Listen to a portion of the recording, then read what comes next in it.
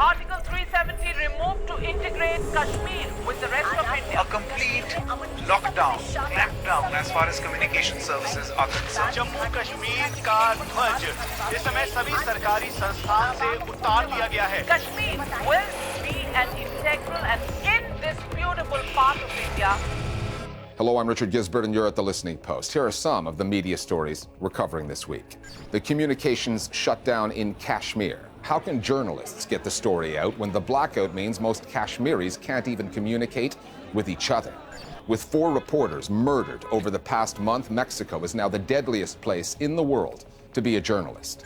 Politics mixes with organized crime in Albania, and reporters there are in danger. Plus, the internet, where the online search for a cure can be worse than the imaginary disease. We begin with one of the most sweeping and lasting communications blackouts of the internet age, India's attempt to silence the people of Kashmir. When Prime Minister Narendra Modi made good on his election promise to revoke Article 370 of the Indian Constitution, he swept away what little remained of Kashmiri autonomy. The region, officially called Jammu and Kashmir in India, is now set to come under complete control of the government in New Delhi. More Indian troops have flooded in, and communications have been cut off. A near total shutdown of the internet, mobile phones, and landlines. A blackout that is now into its 4th week. 2 distinct news narratives have since emerged. Indian outlets, particularly its plethora of 24-hour TV news channels, say the situation in Kashmir is under control and there has been little resistance. Then there are the handful of Indian outlets and numerous international news organizations, including this one, saying that that is definitely not the case. Our starting point this week is the Kashmiri capital, Srinagar.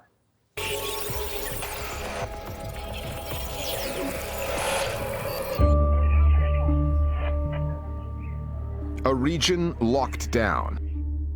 Millions of people with their communications blacked out. Kashmir was already heavily militarized when the Indian government sent in 10,000 more troops in early August because of what it called an imminent terrorist threat. It turns out the Modi government had other reasons. Days later, immediately after imposing a communications blackout, New Delhi announced it was stripping Kashmir of its autonomy. Over the next few days, we had our producer in Srinagar film reactions from Kashmiris. In this age of instant communication, it took us 2.5 weeks to get the video, because with no internet, no connection to the outside world, our producer had to fly to New Delhi to upload it. The interviews he conducted, however, are in no way dated, because very little has changed. पहले तो मुझे समझ नहीं आ रहा ये government of India की तरफ से कश्मीर में वॉर है कि क्या है, तो इन्होंने हर कोई सर्विस यहाँ सस्पेंड कर दी है. अब ये कहते हैं हमें जी कश्मीर में नॉर्मलसी है, कौन सी नॉर्मलसी है? It's a complete blackout. That means there is no network, there are no broadband services. It's complete like blackout right now, and you're not able to connect to anyone. रिश्तेदार को पूछते थे phone करके, पता ही नहीं कौन जिंदा है मर गया. अब घर से मैं निकलूँ, मेरे घर वालों को पता ही नहीं वापस आएगा नहीं आएगा. फ़ोन करते तो पता लगता. बिल्कुल ज़िंदगी खराब होकर बैठी है. No government blocks internet access as frequently as India's does. 159 times over a 3-year period. Far more than Pakistan, Syria, Turkey, Iran, and Egypt combined. According to the Delhi-based Software Freedom Legal Center, more than half of India's regional internet blackouts have been imposed on Kashmir, including 55 this year alone. What is unprecedented, however, is the scope of this one and the duration, 3.5 weeks and counting. They've been cut off for hours sometimes a couple of days. Even if they cut off broadband, there have been other ways of getting through. This is the first time that everything has been cut off. Landlines, mobile phones, mobile internet, broadband, Wi-Fi, there's nothing. So earlier what used to happen is when there was an encounter between Pakistan-sponsored terrorists and the J&K police or the army, they used to shut internet of that particular district or that particular area. But this time around, considering that there could be some kind of violence, internet was shut down, phones were shut down, and it's been more than 3 weeks now. So yes, the severity certainly is massive and never seen before. Ever since 1947, when India and Pakistan gained their independence from Britain, Kashmir has been disputed territory. In 1950, India agreed to amend its constitution to grant the part of Kashmir that it administers, India's only Muslim-majority state, a degree of autonomy. One nation, one constitution. Prime Minister Narendra Modi has consistently appealed to nationalists by promising to rescind that part of the constitution, Article 370, and allow India to take full control of Kashmir.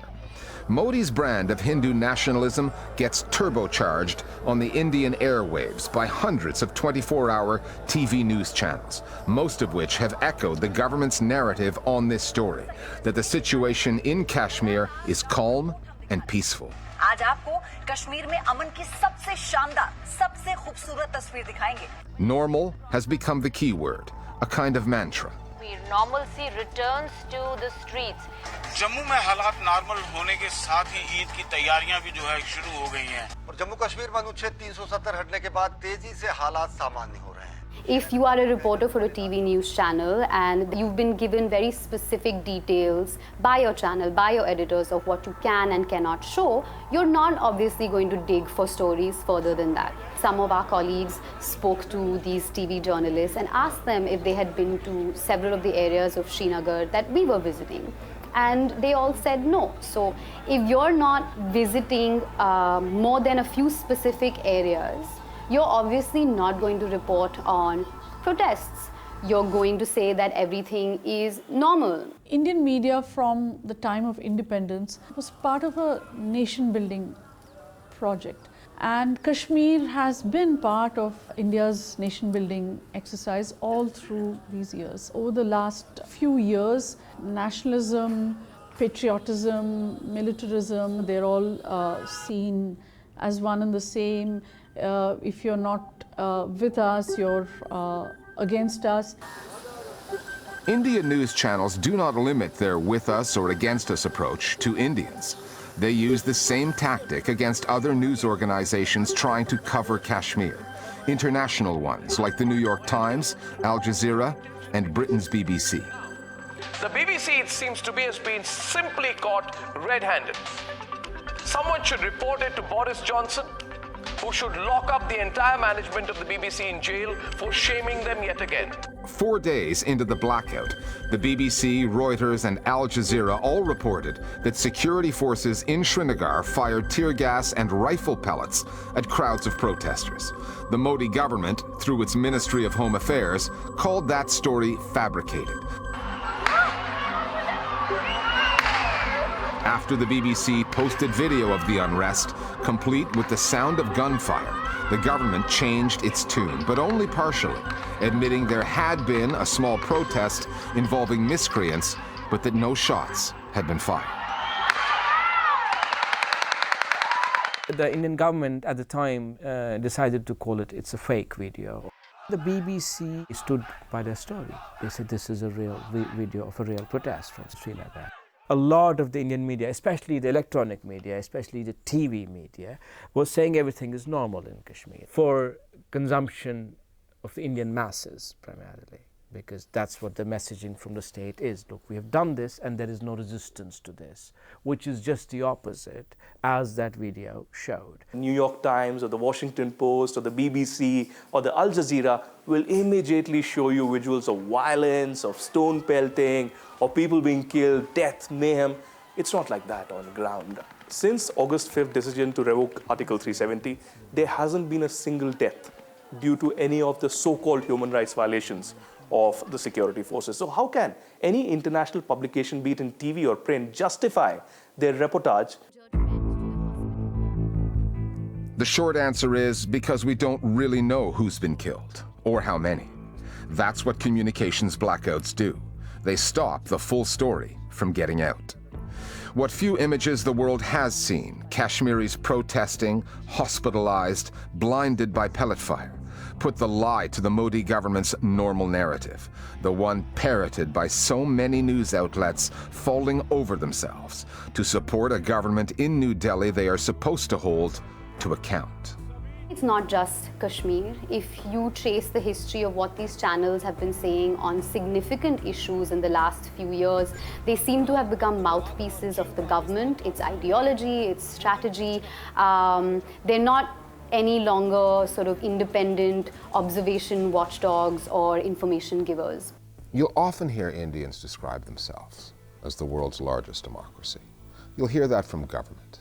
You'll hear that from media. Given the way the Modi government is behaving and the way the media have basically lined up behind the government, the fourth estate, is this really the world's largest democracy? Is it acting like one? For Kashmiris, it has never acted as a democracy. And I choose my words carefully. It's a bewilderingly diverse country, the size of a continent. Numerically, it has been the world's largest democracy. But I once read an Indian writer, a very good Indian writer, described India as the world's greatest experiment in democracy. But the writer also said that sadly, the world's greatest experiment in democracy is failing.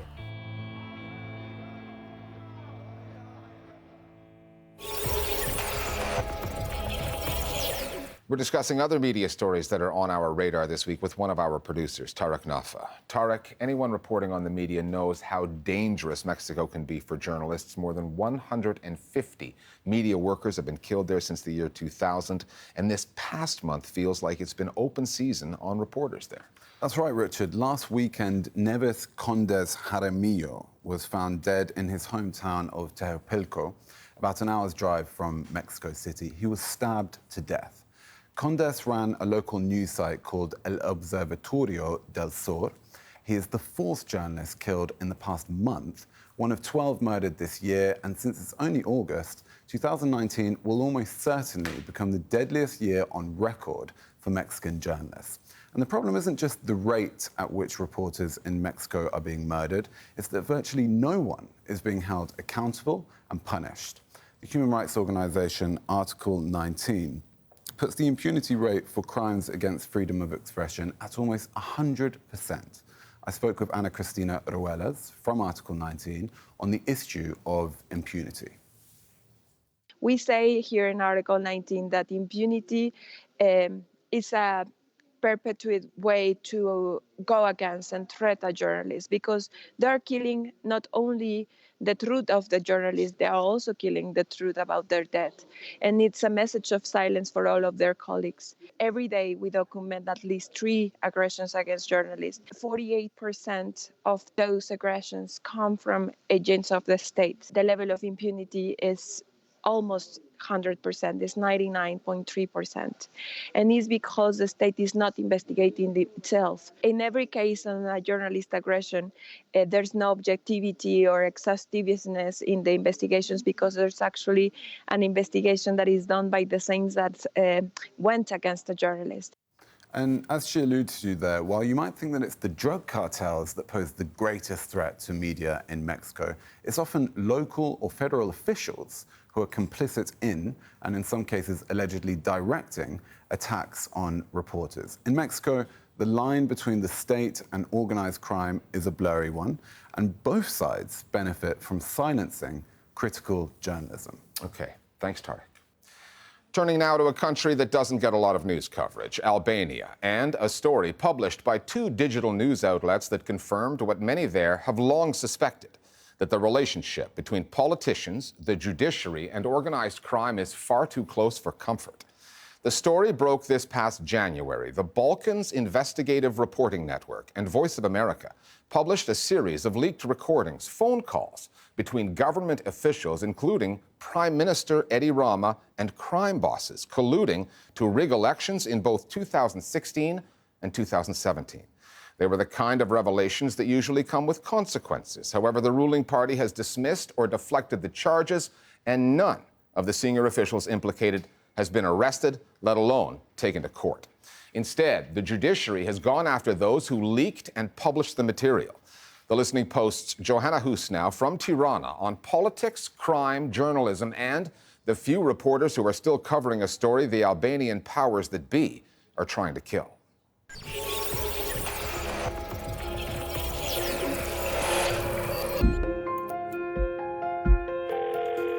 The head of an Albanian criminal network and a senior state official discussing voter intimidation before the 2017 general election.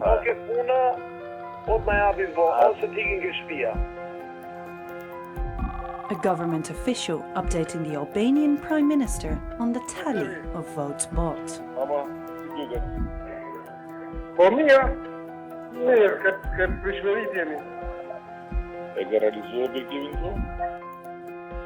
A crime boss promising the ruling Socialist Party another electoral victory.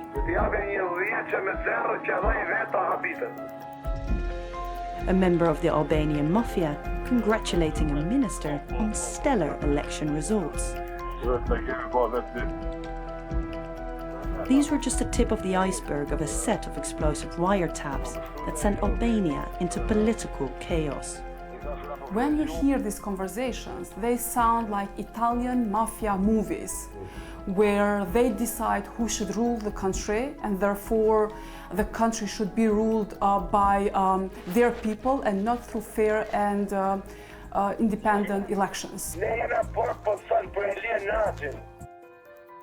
This was explosive evidence showing that criminals not only they enjoy total impunity, but they are also part of government in the sense of helping and supporting the politicians, in this case socialists, to remain in power. This illegal vote rigging by criminals was done with the cooperation of local officials and also high officials of the state, which makes it incredibly clear not just how our government functions, but also who is governing us. Never before have I seen criminal groups use such sophisticated tactics to influence the will of the electorate. And that's why I and my colleagues at Bern and VOA decided to investigate this phenomenon. The story we published focused not only on the ties of these wiretaps between politicians and members of organized crime, but also the failure of the judicial system, the prosecutor's office, to properly investigate these leads. There is people who have been indicted, which were mostly low-level officials and members of organized crime. But the part which involved their ties to the local politicians and, let's say, the electoral fraud process, that has not been properly investigated. The fact that Bern Albania, Voice of America, and later German newspaper Bild were the ones to break this story isn't surprising. These outlets received their funding from outside Albania, giving them the kind of editorial independence that allows them to cover issues most domestic news networks are reluctant to touch. Whilst Albania's media space has opened up significantly since the end of decades of dictatorship in the early 90s, Albanians can't exactly rely on their mainstream news networks for hard-hitting investigative reporting, especially when it comes to corruption and the intersection of politics and organized crime. When the wiretap story broke, there was a brief spurt of coverage initially. And then most of Albanian news outlets fell virtually silent. One of the issues here in terms of media freedom is there is a climate of self-censorship amongst journalists. They get a job with a mainstream television station or a newspaper, and they know that their boss is linked to the government or owns a construction company that wants government permits or something like this. So they know that they have to tread carefully and follow a particular editorial line or stay away from certain stories because they know that their job could be gone like that. When this was revealed by Voice of America and Bern Albania, I think for local media it's kind of easy to republish because this way they detach themselves from the content and they just say this is what has been reported. Even in this case, I think some of the media tried to downplay the importance of these revelations. However, when Bild started to publish similar wiretaps, then they didn't have a choice, right? They had to report this, otherwise, in the eyes of the public, it would be very clear that they are so pro-socialist that they are not even able to cover these explosive materials. There are a few journalists who do continue to cover criminal groups and their relationships with politicians.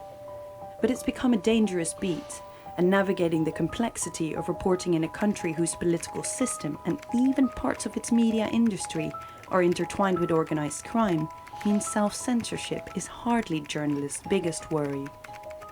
One night in August last year, the house behind me, the family home of journalist Claudiana Lala, was sprayed with bullets. No one got hurt, but Lala, who's been reporting on the relationship between politics and organized crime for over a decade, says a clear message was sent that night to scare her into silence. To be quite honest, I find it very difficult to speak about that incident because my family and I are trying to completely forget about it. I have tried to have a strong journalistic voice, to investigate and expose the links of organized crime to politics, and to denounce the power of criminal groups. While the authorities try to argue that this shooting was the result of some sort of family feud, I'm convinced that there is no other reason for my family to be targeted than my reporting. But the attack has had no effect at all professionally. I covered difficult stories before, and I will carry on doing this in the coming years.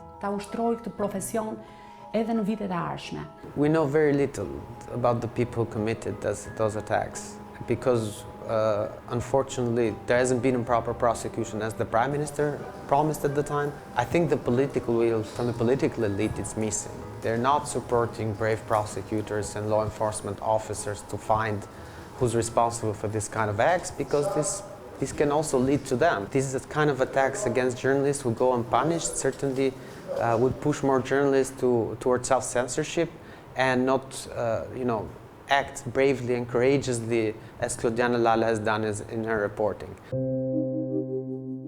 The war against critical journalists isn't just waged with bullets. More often, it's waged with words. Threats, smear campaigns, and online harassment have become the tools for those in power to fight dissenting voices.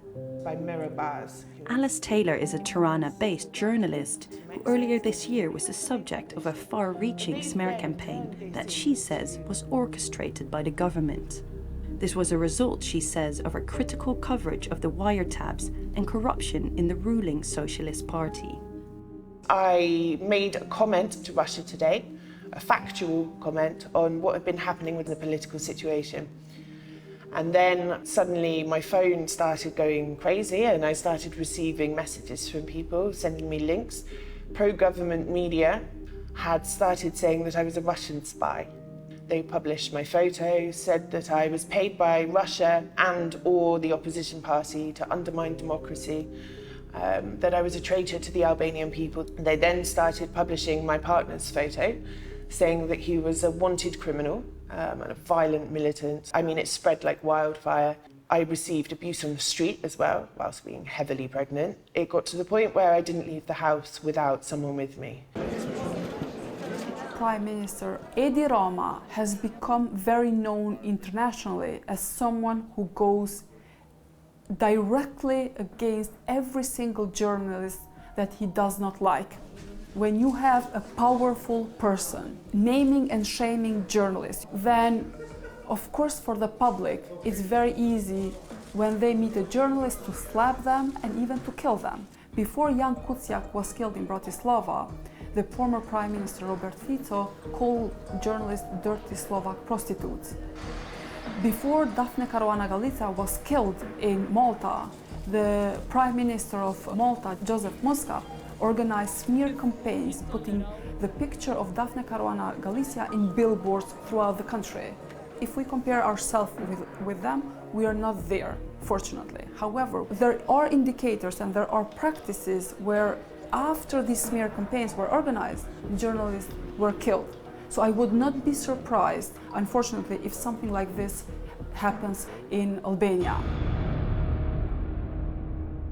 And finally, a public service announcement from a doctor with an electric guitar and a band. It's about something we've all done. You get a tickle in your throat or a minor rash, maybe you're having difficulty sleeping, and rather than going to see the doctor, you go online because you know better. A diagnosis, treatment, and reassurance are all just a few clicks away. Online self-diagnosis is now a common condition, as is hypochondria, or as this phenomenon has come to be known, cyberchondria. A Swedish doctor, Henrik Videgren, has a prescription for that, which comes in the form of a music video that's gone viral. It's called Never Google Your Symptoms. We'll see you next time here at The Listening Post. Never Google your symptoms. That is my only prescription. You get 100 diagnoses, a medieval prognosis. Every sign is a serious condition.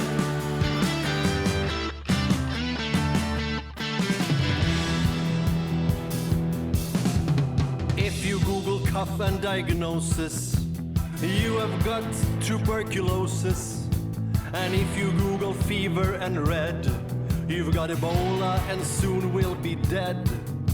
And if you Google I have a runny nose, it's CSF, your brain is leaking juice. And if you Google itch and prognosis, anaphylactic shock or psychosis, never Google your symptoms.